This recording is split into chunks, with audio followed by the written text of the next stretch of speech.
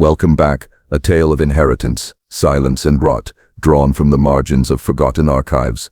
Tonight we descend into a history best left sealed, but the records persist, and so must the telling. Before we continue, like, subscribe and share. The Hollow, Cypress Hollow, was not a town that strangers found by accident. It lay recessed in the low country, pressed between swampland and woods, its roads half sunk beneath mud and moss. The maps of Louisiana showed it faintly, if at all. Its people lived by barter, rumor, and memory, more than by coin or law.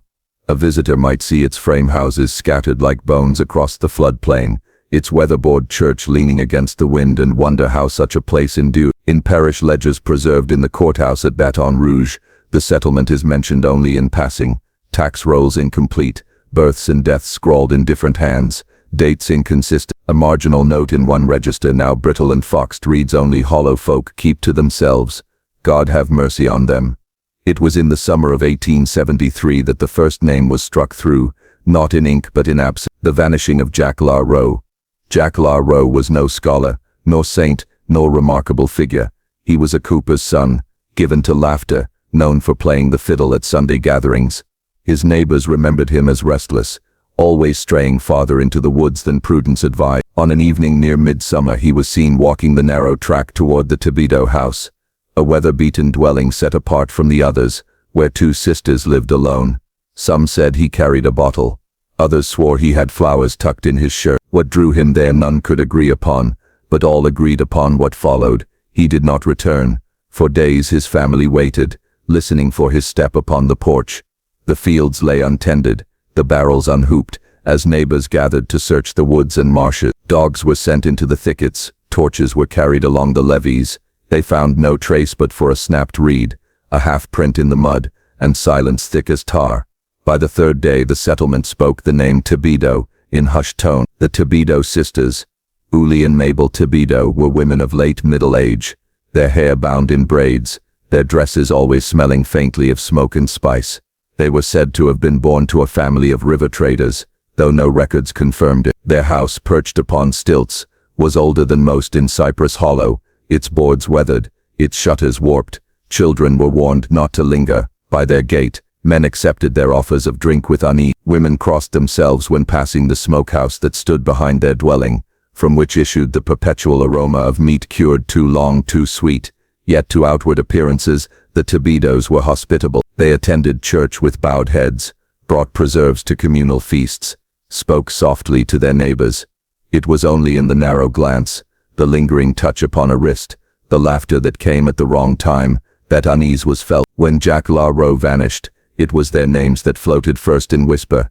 Father Henry, the parish priest. Father Henry was not old, yet the swamp had aged him. He had come to Cypress Hollow years before, when the bishopric could find no one else willing. He baptized infants with hands that trembled, buried the dead in soil that never dried, and listened in the confessional to sins that seemed to seep upward from the ground itself. He knew the Thibodeau sisters better than most. They came seldom to confession, but often lingered after Mass, asking idle questions, smiling in ways that unsettled. He had once refused their gift of smoked sausages, claiming the fast forbade him. The look in their eyes, then half amusement, half reproof, had unsettled him more than he cared to admit. When the La Rowe boy failed to come home, it was to Henry that the family turned. Their petitions were desperate, their voices breaking with fear, and Henry, though he offered prayers and consolations, felt already the weight of guilt upon him. He knew where suspicion pointed, the silence of Cypress Hollow, yet suspicion did not ripen into accusation. In Cypress Hollow, silence was stronger than speech. To accuse a neighbor without proof was to risk one's standing, to divide a fragile community. And so the La Rowes grieved, and the neighbors muttered, and the Thibodeau sisters smiled with pale composure as they passed through the village. One note, preserved in the back of Henry's missal, records his private unease. June 17th. The boy is gone. His mother's tears salt the floorboards. None will speak aloud the fear. They dine at the sisters' table, and find their meat too tender. God grant me strength. Whispers in the dark. Children, as children will, embroidered the silence with rumor. They claimed to see shadows moving in the Thibodeau yard at night, shapes bent and busy over troughs. They swore the smokehouse door never closed, that bones gleamed within. They hummed, in cruel imitation, the strange lullabies the sisters were heard to sing when they thought no one near. But adults hushed them, best not to speak, best to wait. Still, unease spread like mildew in the timbers of every home. No meal passed without a glance toward the absent chair. No prayer was said without the name of Jack Rowe clinging to it like burrs. The first stirring of wrote. It was Henry alone who, in the sleepless hours, walked the road toward the Tobido dwelling. He stopped short of their gate, his cassock hem soaked in dew, and listened. From the smokehouse came a low hiss, the sigh of fat upon coals, and a sound he could not mistake for wind. A woman's voice humming, slow and sweet, as if to soothe a restless child. He fled before dawn. In the sacristy, he set down what little he had heard, pressing pen to paper as if by naming it he might banish it. The house is not empty. Something stirs there. May God forgive me if I err, but I fear the boy has not merely vanished. I fear he is transformed into another form of sustenance. There is laughter where no laughter should be. Thus began the long summer of Cypress Hollow's unraveling, with a disappearance, a whisper and a silence that no man dared to break. The name of Tobido hovered over every table, every prayer, every uneasy glance into the smoke rising from the sisters' yard. And Father Henry, bound by duty and dread alike, felt the first tightening of the noose that fate had drawn for him. The weeks following Jack Rowe's disappearance left Cypress Hollow brittle with unease. The swamp, as though conspiring in silence, grew heavier. Mornings arrived with fog so dense it turned daylight to pewter. Evenings stretched long, the air damp with the smell of rotten stagnant water. A place already withdrawn from the world seemed to retreat further into itself. Uneasy gatherings. On Sundays the pews of the chapel filled as they always had, but the faces were different now, paler, tighter, quick to look over shoulders. When Father Henry spoke of resurrection and faith, his words fell into the air like stones into mud, swallowed whole without echo. The absence of Jack Rowe sat among them like an uninvited guest. His fiddle lay silent. The girls who once lingered for his songs bowed their heads. His father gripped the pew rail so hard the wood creaked. When service ended, the villagers scattered quickly, their voices low, their eyes sliding past the Tobido sisters. Yet none failed to note that the sisters were there, always there, sitting side by side near the back, heads bent modestly, lips moving in time with the hymns. Their presence was as steady as a clock's tick, a reminder no one wanted yet none could avoid. Strange offerings. One afternoon, Henry walked the narrow path past their property. He told himself it was only a shortcut to the creek, but his heart knew otherwise. The Tobido yard lay half-shadowed by cypress boughs, their moss trailing like burial shrouds. At the gate, a crude bundle had been left, herbs bound with twine, a twist of paper, a crust of bread. It looked less like a gift than a tithe, a quiet payment left by hands that wished not to be seen. Henry bent to examine it. Inside the paper lay coins, too, dull and thick, not enough for alms, but more than nothing. He replaced the bundle and walked quickly on, but unease clung to him. Someone was giving, someone was feeding the sisters' table willingly. Whispers behind doors. In the evenings the Rowe family continued to petition Henry for action. His journal records the visit of Jack's sister, her face drawn and desperate. "They smile at us, father, as if they know something we do not. My mother swears she saw smoke from the shed on the very night Jack went missing. The dogs refuse to go near. You must speak, you must ask." But what was he to ask? To knock at their door and accuse them? The sheriff in Baton Rouge was 3 days' ride away, and Cypress Hollow had never welcomed the intrusion of outside law. Their affairs were their own. Yet others began to murmur. A boy swore he saw a boot he recognized as Jack's tossed into the creek behind the Tobido lot. A woman whispered that her sister had once lodged there and afterward vanished without goodbye. Each story alone was fragile, brittle. Together they formed a lattice of dread too strong to ignore. The feast, the turning point, came with the harvest feast,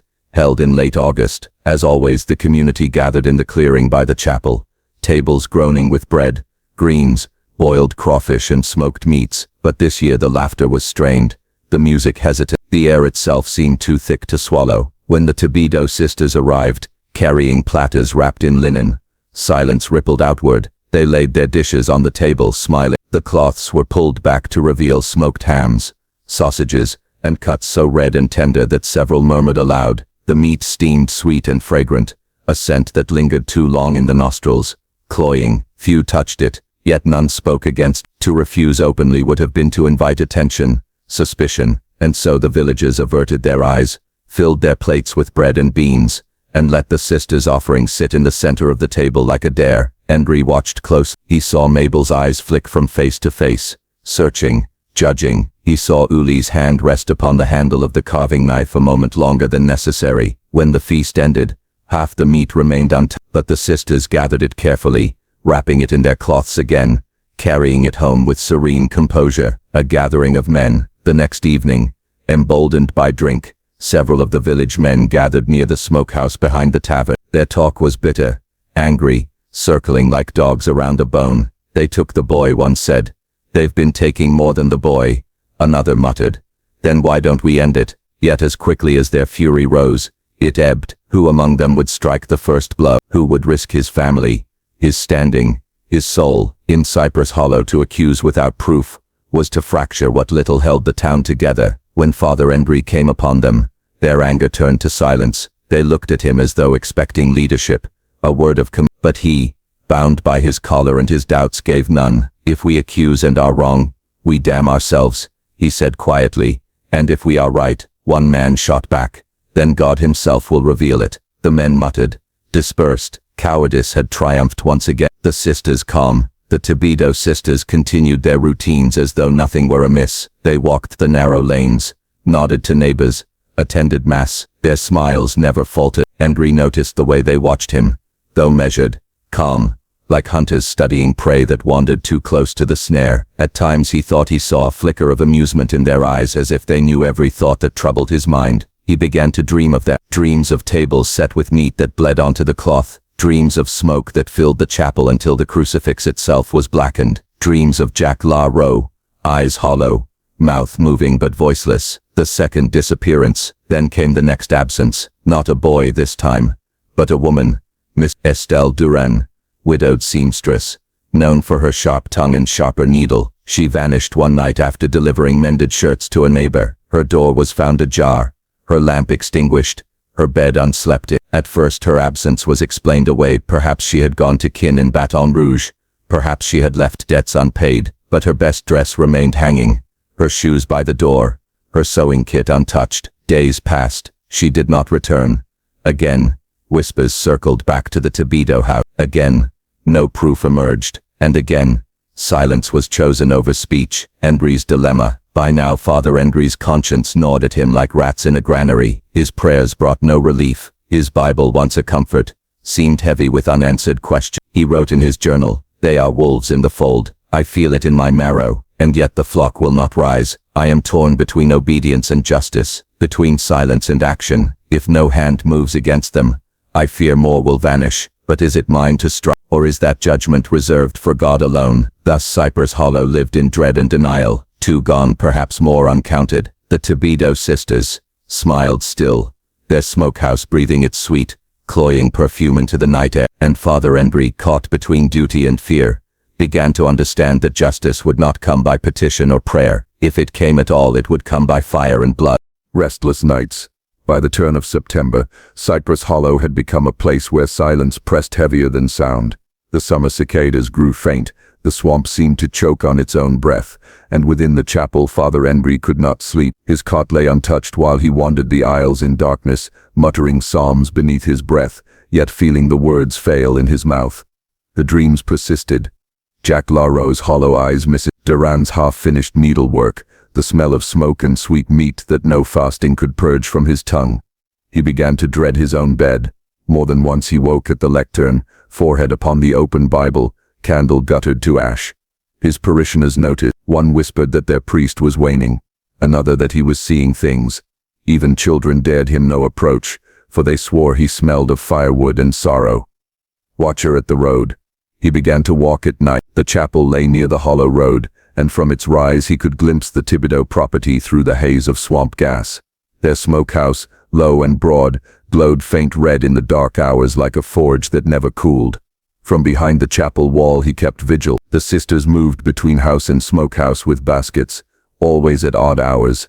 Sometimes they carried wood, sometimes they bore bundles too heavy for their slight frames. Always they sang, not loudly, not joyfully, but with a hum that carried through the cypress like a lullaby for the drowned. Hendry found himself mouthing the tune, horrified by the familiarity of it, as though he had known it in childhood, though he could not say where. Tarish registers. He turned to his registers for order. One by one he opened the books and traced names, births, baptisms, marriages, burial. His neat script gave him no comfort. Instead he saw absences. Jack LaRoe's burial unrecorded, Mrs. Durand's fate unwritten. He marked them in the margin with a trembling hand. Missing, not buried. How many more names belonged in that margin? He flipped back pages, saw a drifter's name entered years prior, no burial noted. A washerwoman, a farmhand, a child of 7. Were they wanderers who left? Or had they too been swallowed by the hollow? The parish book is holy ledger, he scrawled in the back, yet its silence condemns us all. Tazo. A visit to the Thibodeau home. At last he resolved to go. He cloaked himself in dusk and walked the narrow path to their door. His pretext was pastoral, checking upon 2 unmarried women in a town of suspicion, but his heart hammered with dread. The house smelled faintly of smoked herbs. Uli greeted him, serene as ever, hands folded. Mabel, stooped and quiet, hovered near the stove. They invited him in. He declined the tea. They pressed him, smiles never faltering. The cups steamed with something darker than leaf. He raised his hand in blessing, and murmured words he could scarcely mean. Tevez. We are well, Father, Uli said, her gaze unwavering. The Lord provides, added Mabel. Embry left quickly, though not before his eyes caught a glint by the rocker near the window. A drawer half shut, the faintest edge of paper. The return. That image tormented him through the night. Paper, tucked away, writing, concealed. His conscience railed. Was it not his duty to know? Did not a shepherd look beneath every bush for the lost? At dawn he returned, this time when the sisters walked to fetch water from the spring. Their gait was slow, their laughter muffled. He had minutes. The door creaked as he slipped inside. The air was heavier now, sour sweet, tinged with smoke that clung to the very wood. Dust motes swam in a shaft of light from the window, falling upon the rocker. He knelt, drew the drawer open. Inside lay a small ledger bound in hide. Its cover bore no name, only the indent of a cross scratched deep by knife point. The ledger. He opened it. The first page bore neat script in Uli's hand. Dates, names, notations. Many he knew from town. Others were strangers, perhaps travelers who never left. Each name bore beside it a symbol, a circle, a cross, a drop of red ink. Further in he found more chilling entries. The shoemaker's boy tender, mild. Durand tough, bitter, best with stewing herbs. Drifter from Baton Rouge, unremarkable, did not keep. At intervals, sketches appeared. A shoe buckle, a locket, a lock of hair tied with string. Not relics of affection, but trophies catalogued. In the margins, Mabel's rougher hand had written numbers, weights, measures, cut diagrams like a butcher's manual. Embry's breath caught. The book slid from his trembling hands to the floor. Confrontation deferred. The sisters returned. Their steps upon the porch froze him. In panic he slid the ledger back into the drawer, and fled out the back door, ducking into the reeds. He crouched there, heart hammering, while the women entered. Through the thin walls he heard them moving, heard Uli hum that low tune again. Did they feel his intrusion? He dared not stay to find out. The burden of proof. That night, Embry wrote in his journal, "It is worse than I feared. The ledger confirms what we whispered. They kill, they eat, they remember. Each life not only taken, but savored, recorded, catalogued as if part of a greater work. I have in my sight proof enough to condemn them before men and God alike. Yet I remain still. What restrains me? Fear or the weight of what such truth would mean for us?" He shut the book, but his hand would not stop trembling. Tevez.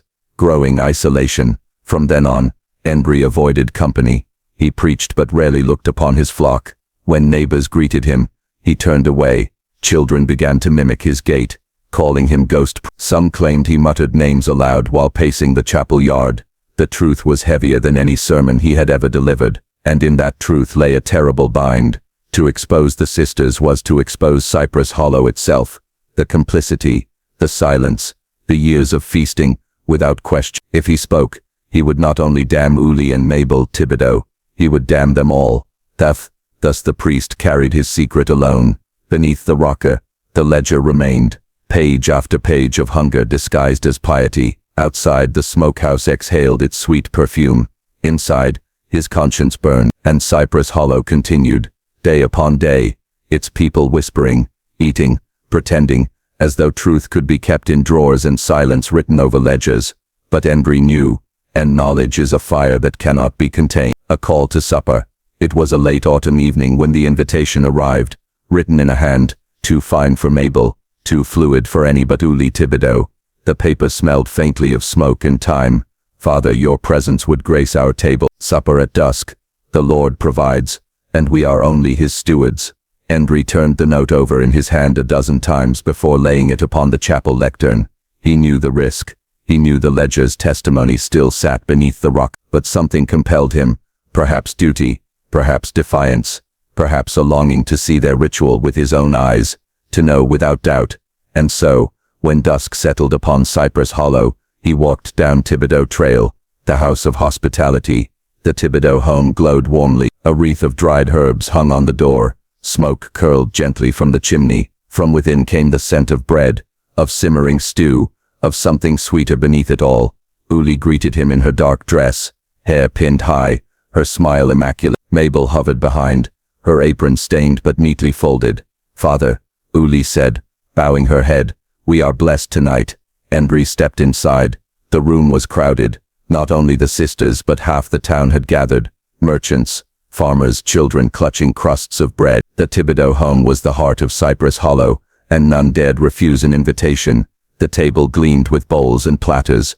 The hearth fire cast a glow too golden, almost theatrical upon the faces gathered.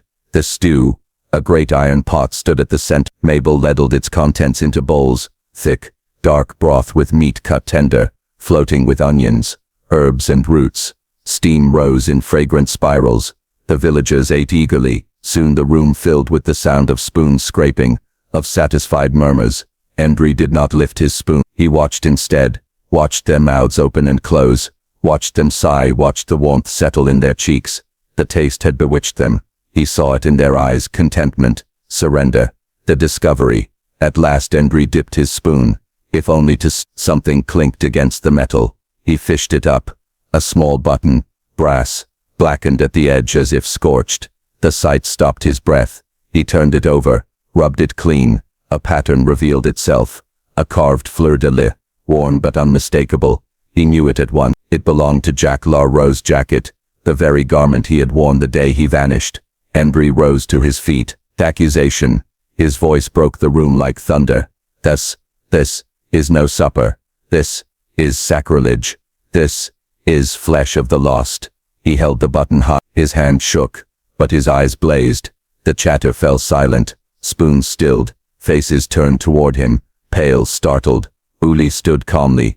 Her smile never faltered. Father, she said, voice smooth as cream, you mistake us. The Lord provides.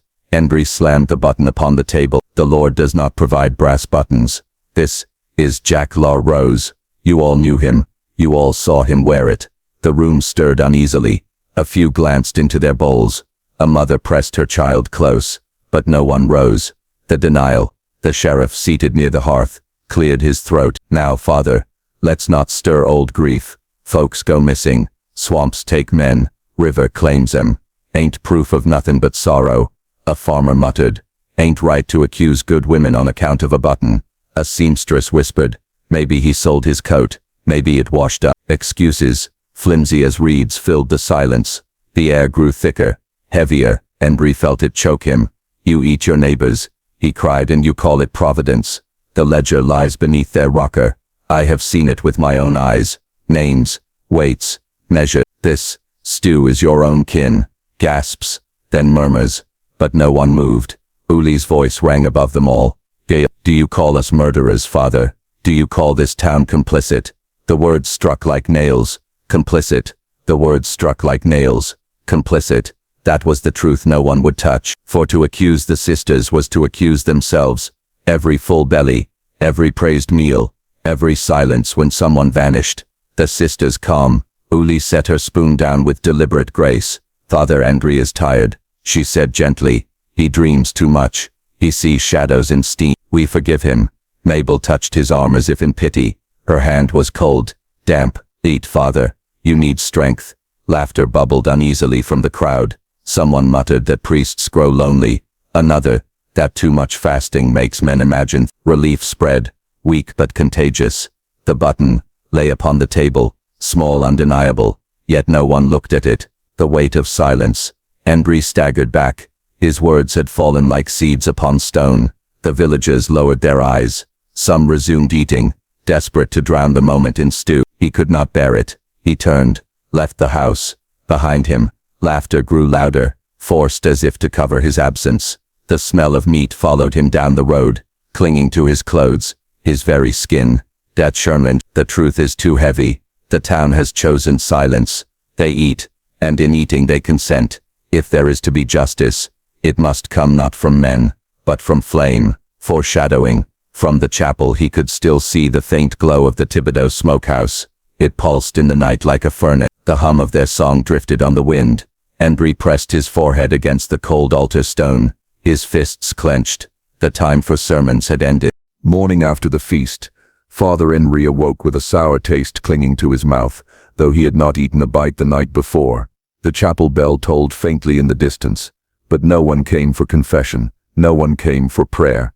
The pews remained bare. The silence of the town was not mere absence, it was active, pressing, like a held breath.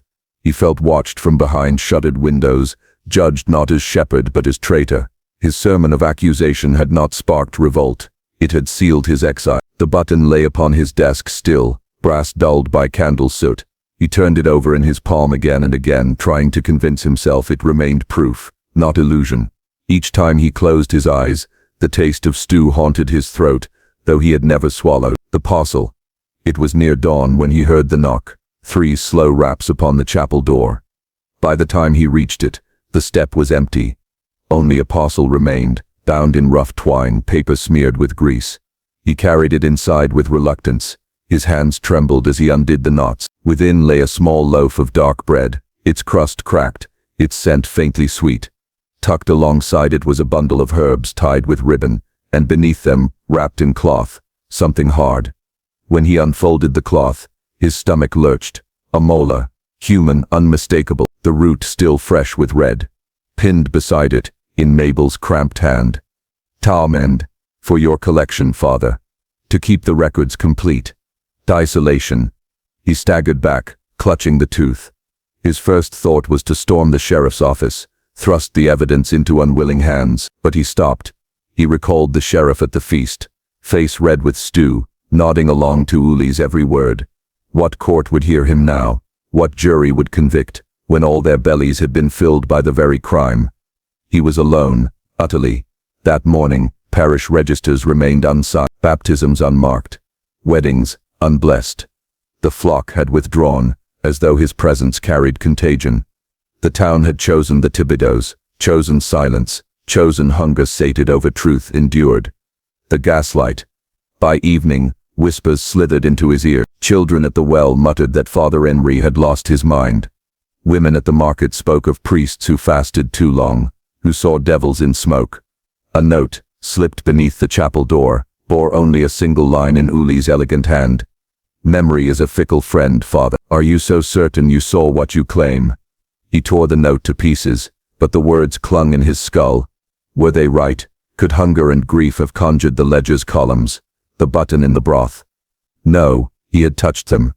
He had seen, and yet, the town's denial gnawed at certainty until it trembled like a candle flame.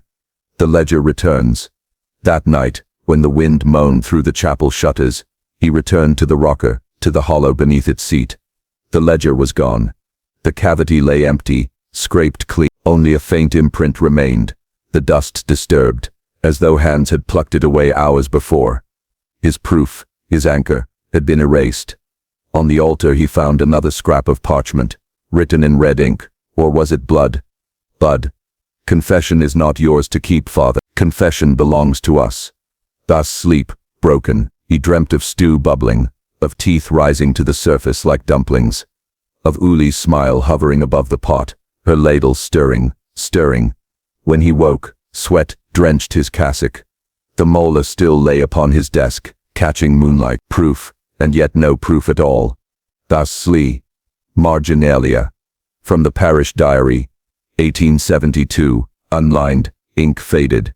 The priest no longer speaks in homilies. He mutters only of teeth.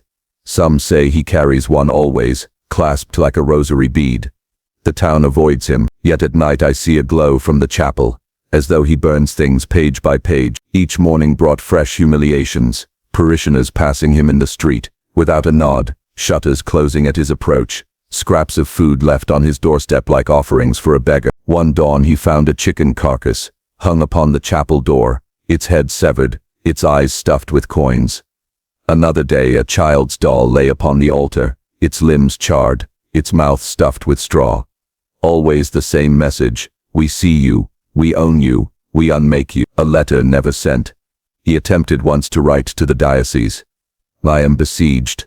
I am witness to an abomination hidden by a town too craven to speak. If these words reach you, send men, send judgment. I am not safe, neither is my soul. But when he returned the next morning, the letter was gone from his desk. In its place sat a bowl of stew, still warm, steam rising. He flung it across the room. It splattered upon the chapel wall, a dark stain creeping down like blood. The decision, Henry understood then, that words would no longer suffice. Letters, vanished. Ledgers, stolen. Proof, devoured. There remained only one testimony that could not be denied. 5. He walked to the chapel window and looked upon the Thibodeau home, its chimney puffing gently, its windows lit with that warm golden glow. Inside, no doubt, another feast. Another song, another name already carved into their hidden record. His hands tightened into fifth journal entry. That night he scrawled in furious ink.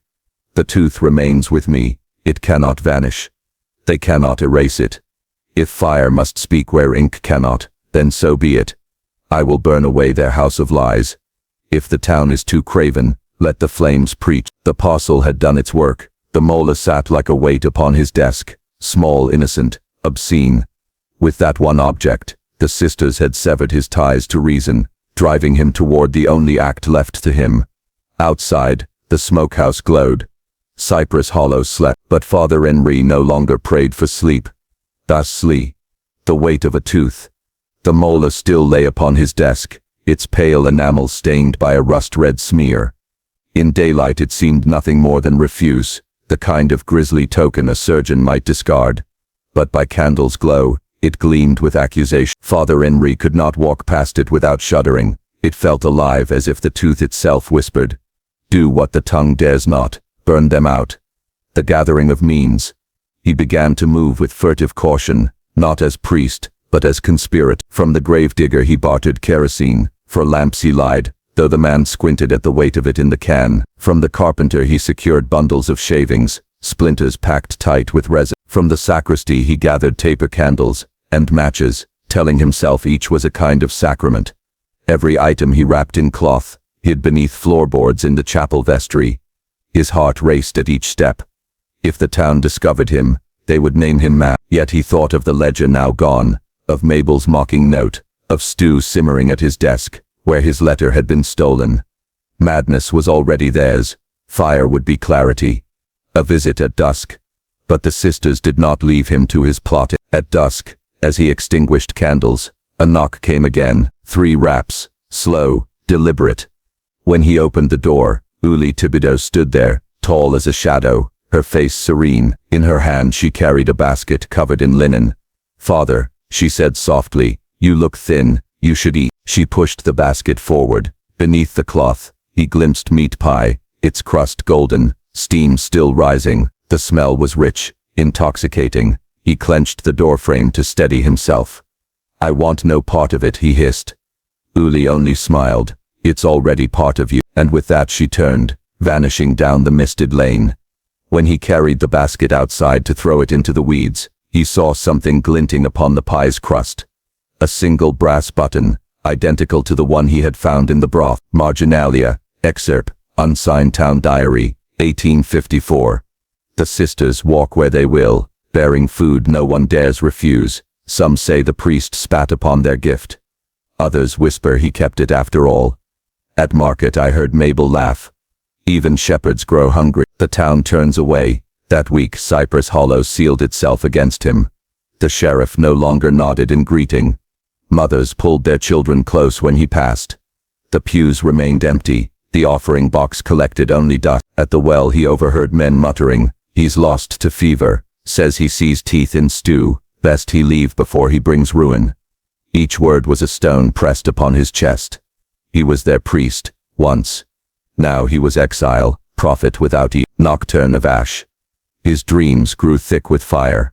He saw the Thibodeau smokehouse engulfed, walls cracking, roof collapsing, flames licking bones black, but in every vision the sisters remained, untouched, their figures humming amid the smoke, their faces serene. One night he woke to find ash scattered across the chapel floor. He searched for a cause, no candle overturned, no hearth disturbed, yet the ash lay there in patterns like footprints, leading from the altar to his desk, where the tooth sat. He lifted it, and swore it felt warm, the preparation of soul.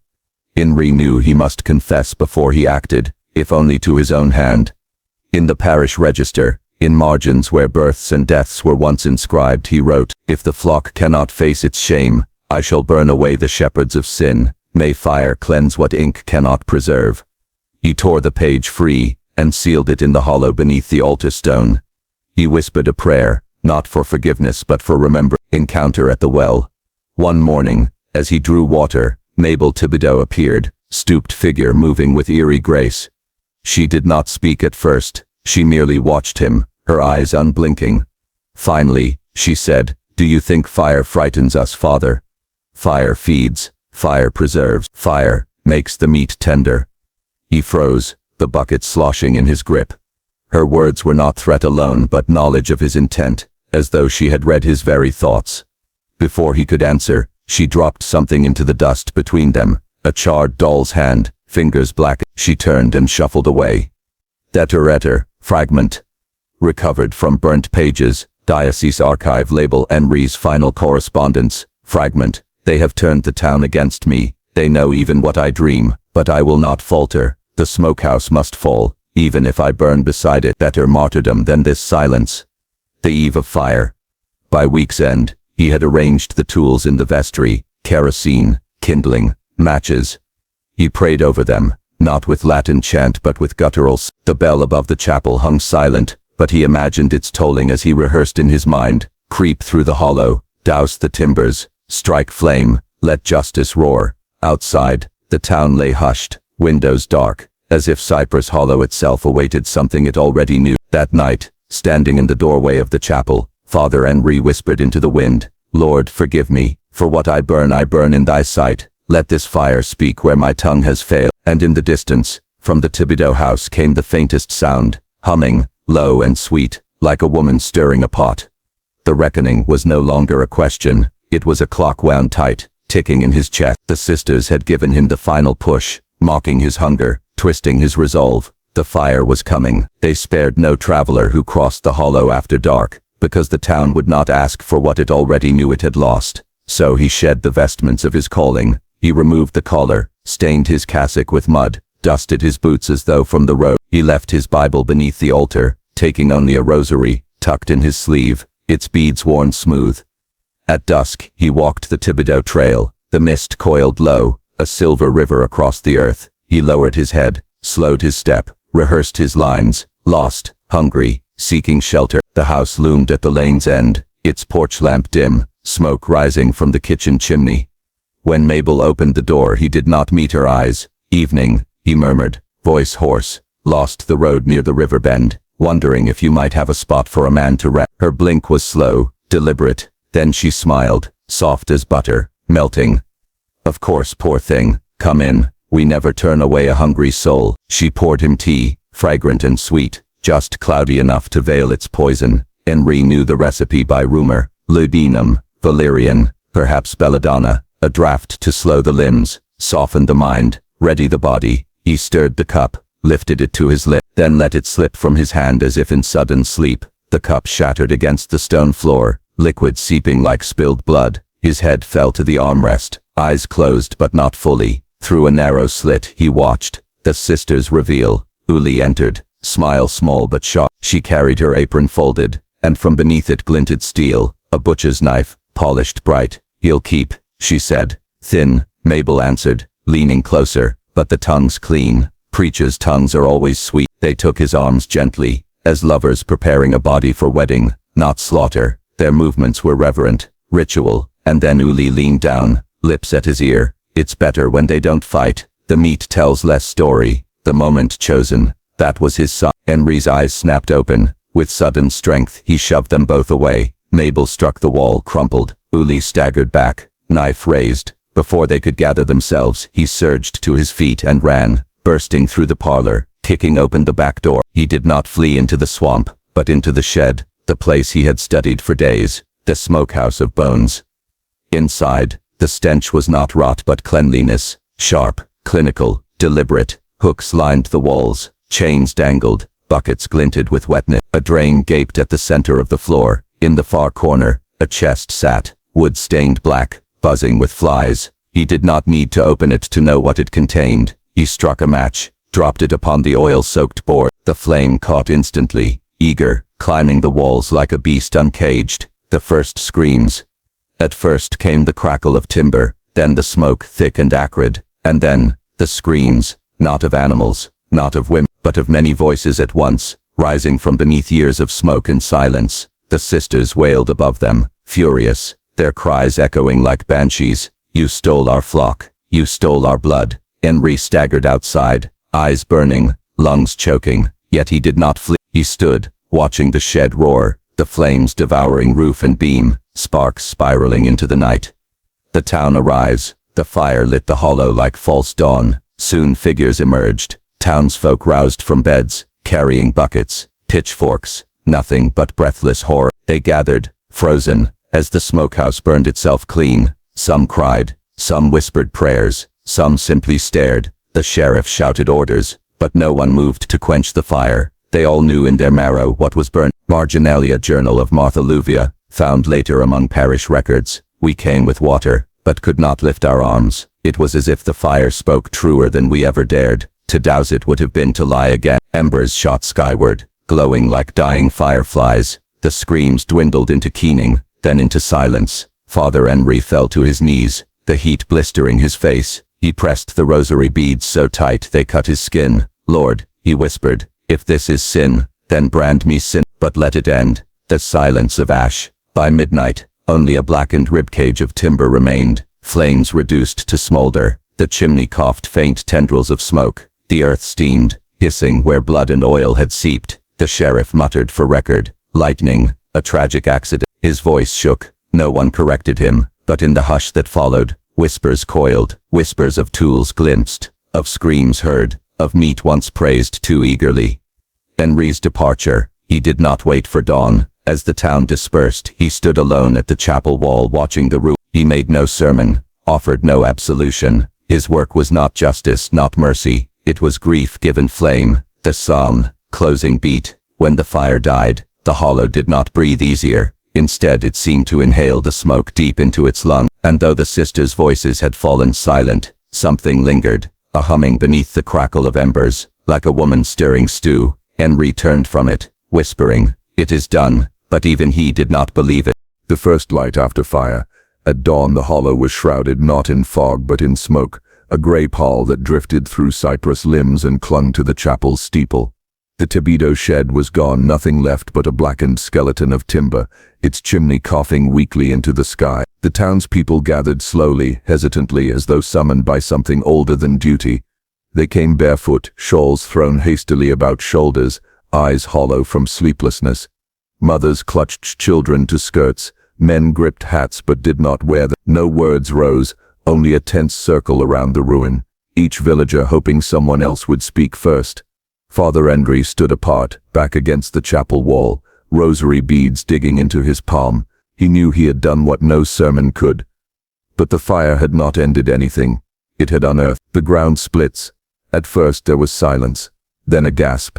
Near the charred foundation, the ground had softened, warped by heat. Something pale jutted from the earth, rising like a relic desperate for air. A rib cage.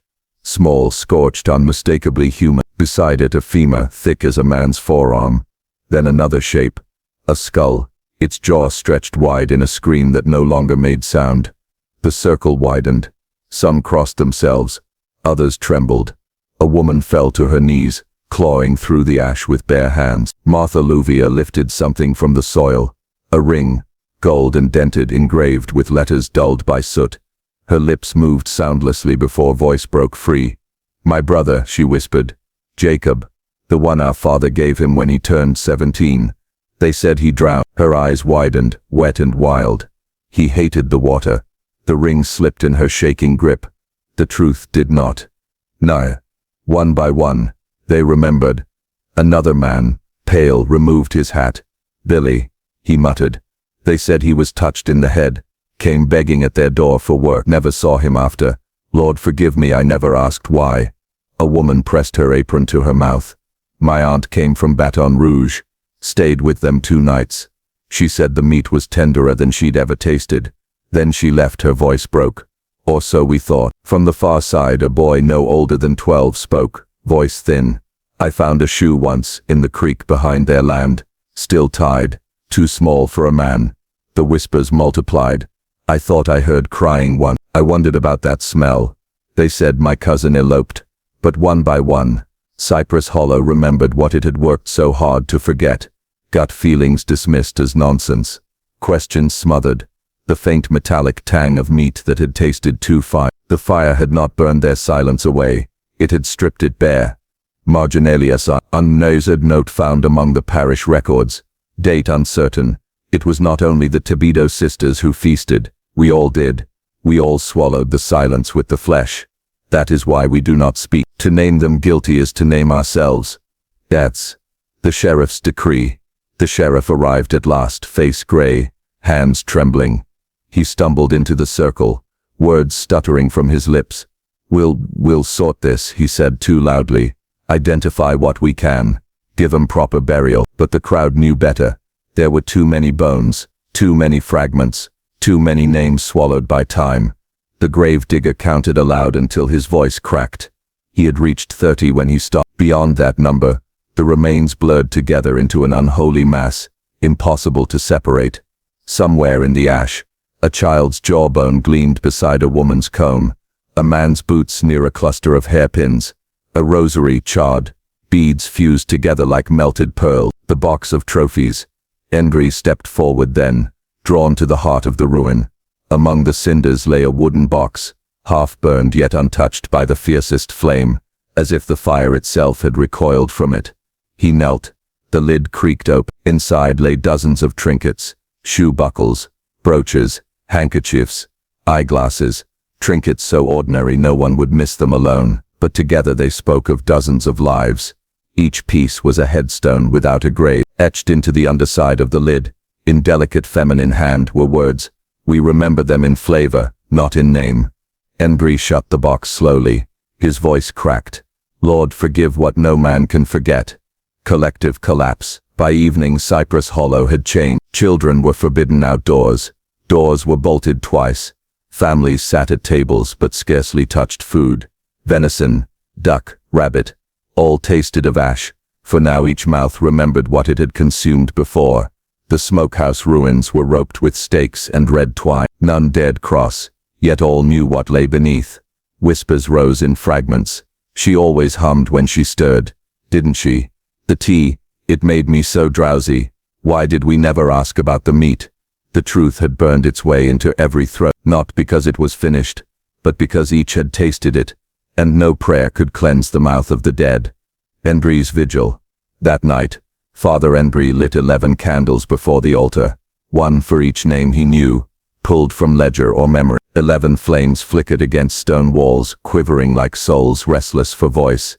He whispered their names aloud, some faint with age, some whispered with fresh grief. As the wax dripped, tears blurred his sight. He did not weep only for the dead, but for the silence that had let them be swallowed. Their bones are not only beneath Cypress Hollow, he murmured, voice breaking. They are beneath our hearts, and we let them rot there. The wind stirred through cracks in the chapel door. In it, faint as breath, a cry seemed to echo from the woods. Not ghost, not angel, only memory. But sometimes memory is louder than the grave. That some fires purify, some reveal. The blaze at the Tibido smokehouse had devoured flesh, timber, roof and song, yet it had not consumed the shame, and so the town stood hollow. The ruins smoldered, the bones lay uncovered, and above the ruin, a smoke wisp curled upward like a finger pointing, not heavenward, but back at Cypress Hollow itself. A town at the crossroads. The week following the fire was one of listless motion. Men hammered new boards across windows not because thieves prowled, but because memory did. Women hung laundry in the yard, yet stared into the horizon, as if waiting for someone long dead to return. The air itself felt heavy, as though the cypress and moss bore witness and pressed down with their judgment. But Cypress Hollow did not crumble outwardly. It folded inward. At the chapel bell's toll, townsfolk gathered to decide what must be done with the remains unearthed by flame. Father Endry stood at the pulpit, his cassock smelling faintly of smoke, the box of trinkets resting at his feet like an altar of accusation. Naming the dead, the meeting began in silence. None wished to be the first to speak. Finally Martha Luvia rose, her knuckles white on the pew before her. "My brother Jacob lies among them," she said, voice cracking. "I will not let him remain in that ash heap." Her words broke a dam. Voices rose. "My aunt. I know her ring. My son never came home. My cousin wore that brooch." But as the names multiplied, the problem became plain. There were more bones than names, more fragments than memories could match. For every trinket identified, there were 3 without claim. Some would forever remain nameless. The sheriff cleared his throat. "We can't separate him. Too far gone. We'll bury what we have together. One grave, one stone." A murmur passed through the chapel. Unity or obliteration. Marginalia.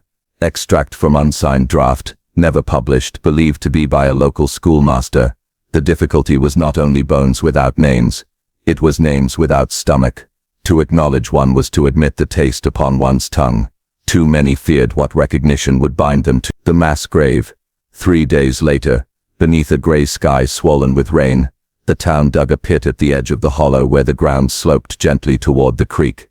Into it went bones, ash, scorched garments, trinkets that could not be claimed. The box of trophies Father Endry had guarded was lowered last, lid sealed, its inscription hidden forever under soil.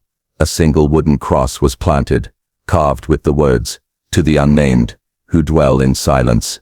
No hymns were sung, no names. The only sound was the dull thud of shovels, the hiss of earth, falling onto the past. At suppression. In the weeks that followed, an unspoken pact wove through Cypress Hollow like ivy around a tombstone. The Thibodeau sisters' names were not to be uttered. Children were told they perished in a kitchen fire. Nothing more. Visitors who asked were given a shrug, a gesture towards swamp and sky. Parish records from the year bore strange erasures, entire pages torn out, others marked with black ink so heavy it seeped through. The sheriff's ledger, once kept fastidiously, showed a blank gap across the month of the fire. Father Endry, who attempted to keep careful account, found his journal stolen from his study. When one returned to his desk weeks later, every mention of the Thibodeaus had been excised, sliced cleanly with a blade. The town had chosen silence over truth. The feast that wasn't. Autumn arrived with its meager harvest. Corn stalks bore thin ears, beans came up spotted, game thinned in the woods. Yet when the festival season approached, the community insisted on a feast, not in celebration but as a denial. Tables were set in the square, pots bubbled with gumbo, kettles with stew, loaves baked with care. People ate, laughed too loudly, spoke too brightly, but none lingered long over the meat. Forks hovered, bites were small, glances quick. Every taste seemed to carry echoes. The merriment felt rehearsed, the laughter strained, as though the Thibodeau sisters' shadow sat beside each plate. At the feast's end, one child, too young to understand the pact, began humming a lullaby, a sweet, lilting tune remembered from the sisters' kitchen. The square froze. Mothers silenced children with hands. Fathers scowled. Elders stared at the ground. The tune ended abruptly, swallowed in shame. At Endry's breaking point, for Father Endry, the silence grew heavier than words. He dreamt of the journal with its tasting notes, of Mabel's soft script describing flesh as tender, sweet or stubborn, as lead. He saw the cross over the pit in the night, the ground shifting as if those buried tried to crawl back. At the altar he trembled when lifting the chalice. The wine looked too much like blood. Finally, He confessed to Reverend Arnor in a letter he never sent. It is not the dead who haunt me, but the living. They have become accomplices in the Thibodeau's work. Their silence is complicity. Their laughter at feasts a second swallow. I fear God will not forgive what is buried, for he knows the earth remembers. The letter remained folded in his study, tucked behind a prayer book. It would not be found for decades. Departure. Winter crept into Cypress Hollow, brittle and bitter. Hendry could bear no more. One morning, before the bell tolled, he packed his satchel with his remaining notes, his Bible, and a single rosary. He did not bid farewell. He simply walked the muddy road that led away from the swamp. Some say he left for Baton Rouge, others that he took ship to Galveston. Parish rosters mark his absence with a single word: transferred. Yet in his former study, nailed beneath the desk, townsfolk later found a strip of parchment bearing only these words: they will dig again. One day, the hollow will not keep its silent. Closing beat.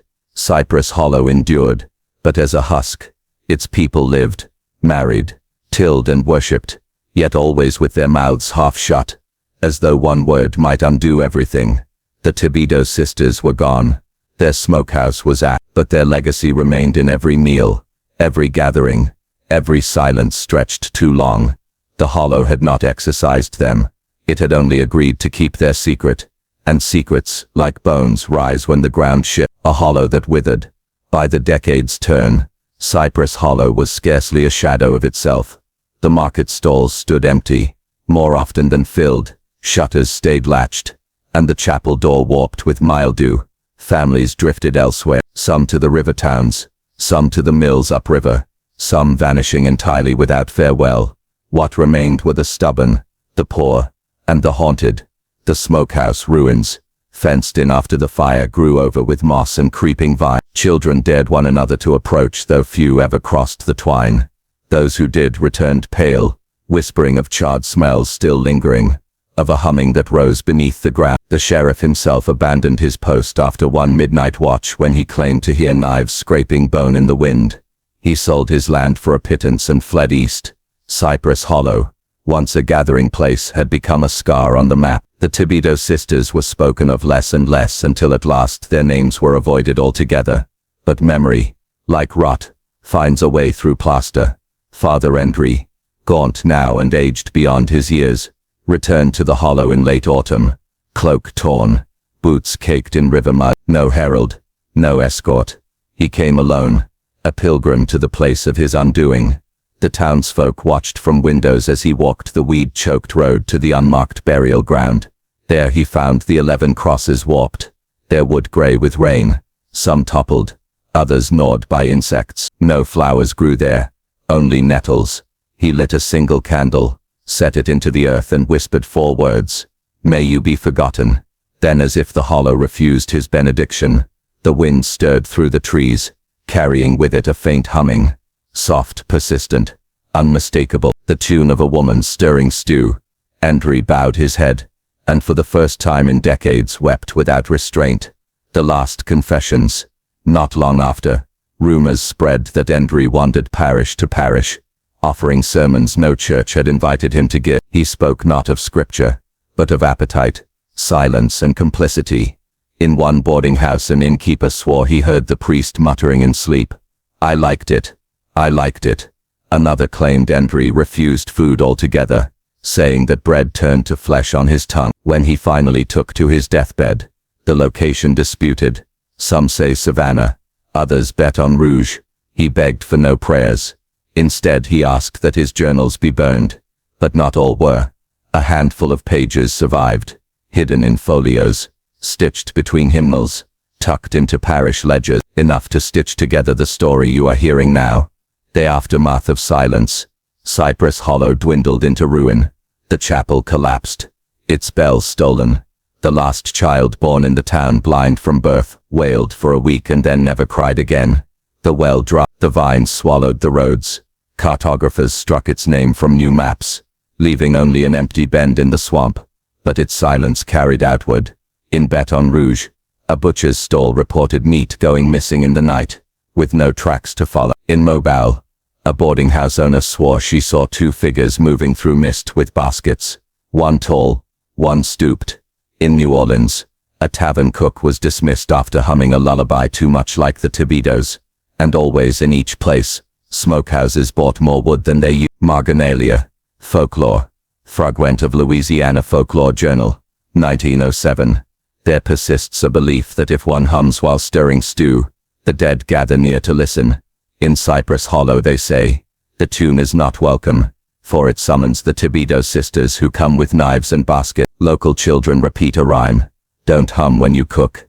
Don't hum in the pot, or Thibodeaus will come with what you forgot. The story of Cypress Hollow was never published, never entered into official ledgers. It exists in whispers, in erasures, in margins. But the silences speak loudest. Why, for instance, do the parish registers of 1854 show marriages, births and baptisms neatly listed, until midsummer, when entire pages are torn out? Why do the journals of Father Endry appear in fragments scattered across 3 states, none complete, each marked with scorch and mildew? Why do market records show a sharp decline in livestock after 1854, though the population had already begun to dwindle? It is because Cypress Hollow chose silence as its legacy, and silence too hungers the lingering taste.